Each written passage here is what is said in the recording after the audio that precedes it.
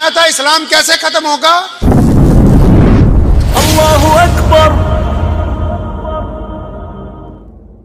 मुझे एक साहब कहने लगे कि आप पहले, लगता है आप लोग पहले मुसलमान नहीं थे। मैं कहा हाँ, हम तो मान रहे हैं, हम वो उनमें से थे जिनको दुनिया ने इज्जतें नहीं दी। हम क्यों, पूरी दुनिया में जितने मुसलमान हैं हम तो मान रहे, हम उनमें से थे जिनके पास इज्जतें नहीं थी, जिनके पास वकार नहीं था, जिनको पढ़ने का इख्तियार नहीं था, जो समाज में सर नहीं उठा सकते थे। रसूलुल्लाह आए हैं, रसूलुल्लाह ने हमें छाती से लगाया, ये इज्जतें रसूलुल्लाह ने अता फरमाई।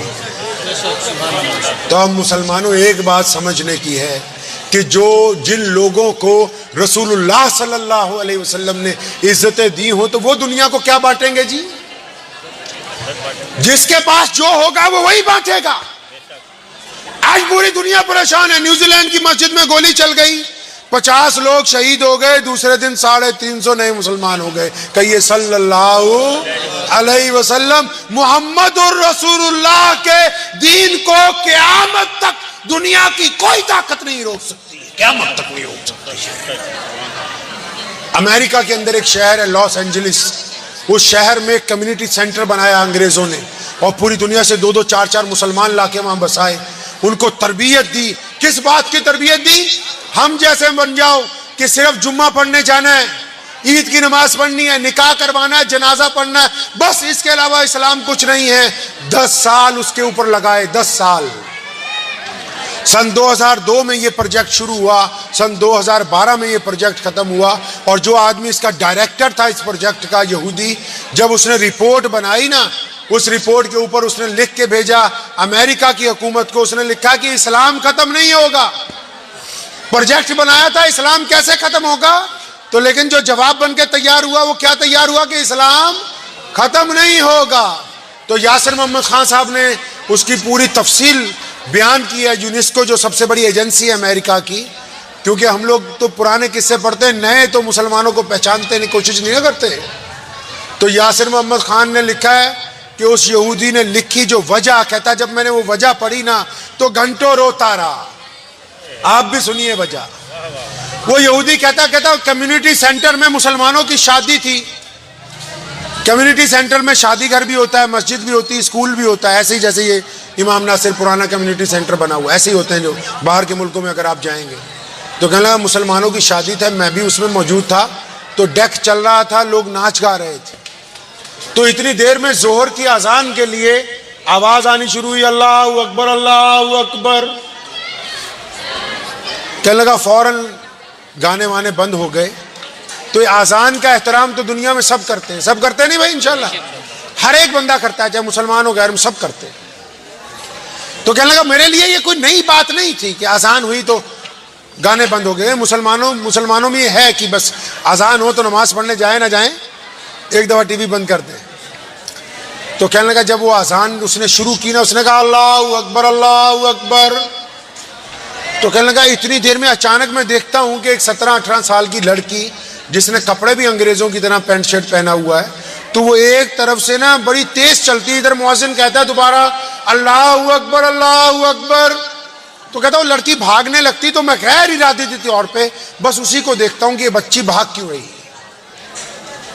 तो कहा इधर मुअज्जिन आजान दे रहा है, तो उधर वो लड़की बड़ी तेजी के साथ एक साइड से दौड़ती वहां पहुंची जहां खाने के लिए डाइनिंग टेबल लगा हुआ है।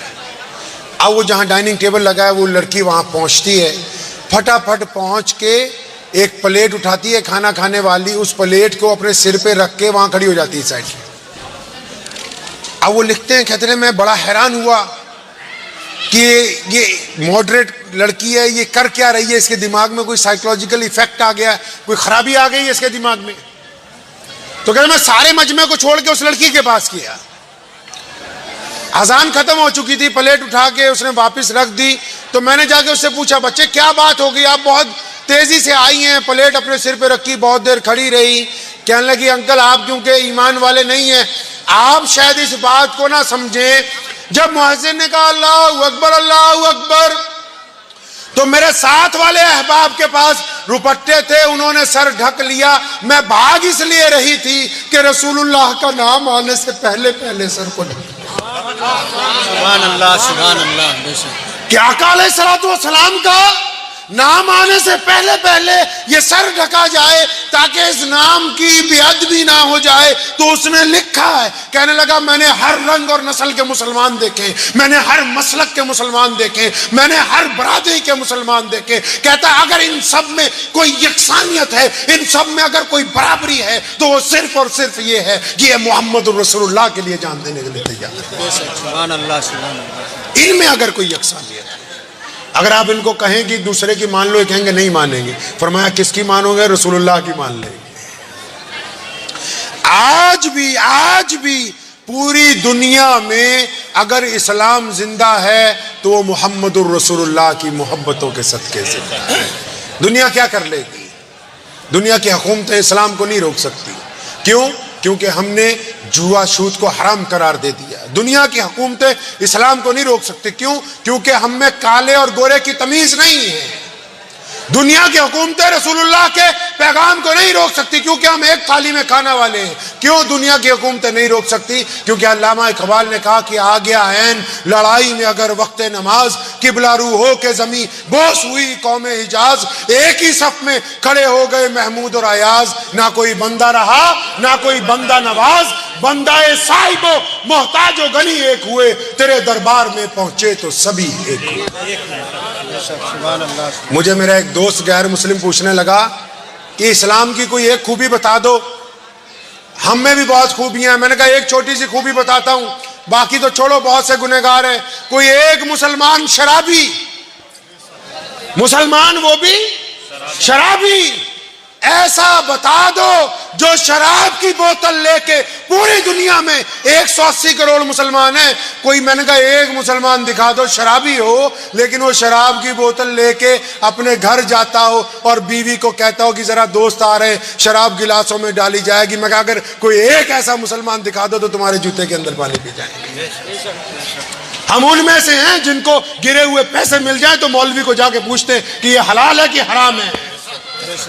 हम उनमें से हैं जिनके कपड़ों पर 2 कतरे अगर पेशाब के लग जाएं तो उनको पता है कि अब इनमें नमाज नहीं हो सकती, ये नापाक हो गए।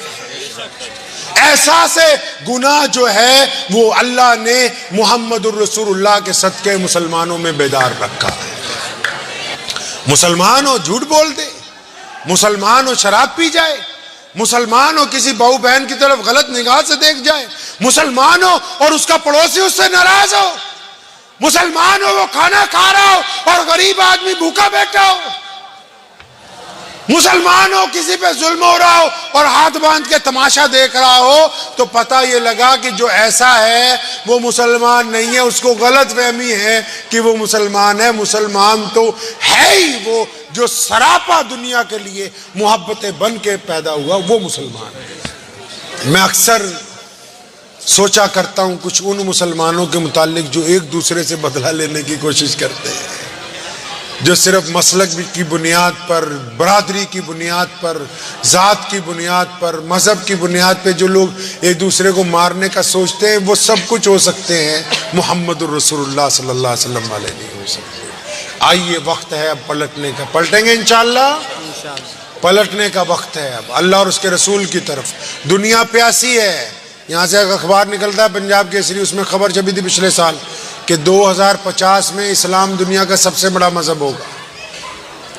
मैंने संभाल के रखी। तो दुनिया प्यासी है, इस्लाम के लिए लड़ना नहीं है, मारना नहीं है, गिरते हुओं को छाती से लगाना है, भूखों को खाना खिलाना है, पड़ोसियों से तलखियां खत्म करनी है, छुआछूत का खात्मा करना है, रंजिशों को खत्म करना है, मोहब्बतों को आम करना है। हमारा किरदार इस बात की गवाही देता हो कि हम अल्लाह और उसके रसूल सल्लल्लाहु अलैहि वसल्लम के उम्मती हैं। दुआ कीजिए अल्लाह इन बातों पर मुझे भी और आप सबको अमल की तौफीक अता फरमा। मुझे उम्मीद है कि आपको ये वीडियो पसंद आई होगी। अगर पसंद आई हो तो ये आप अपने दोस्तों के साथ शेयर करें और इस चैनल को सब्सक्राइब जरूर करें।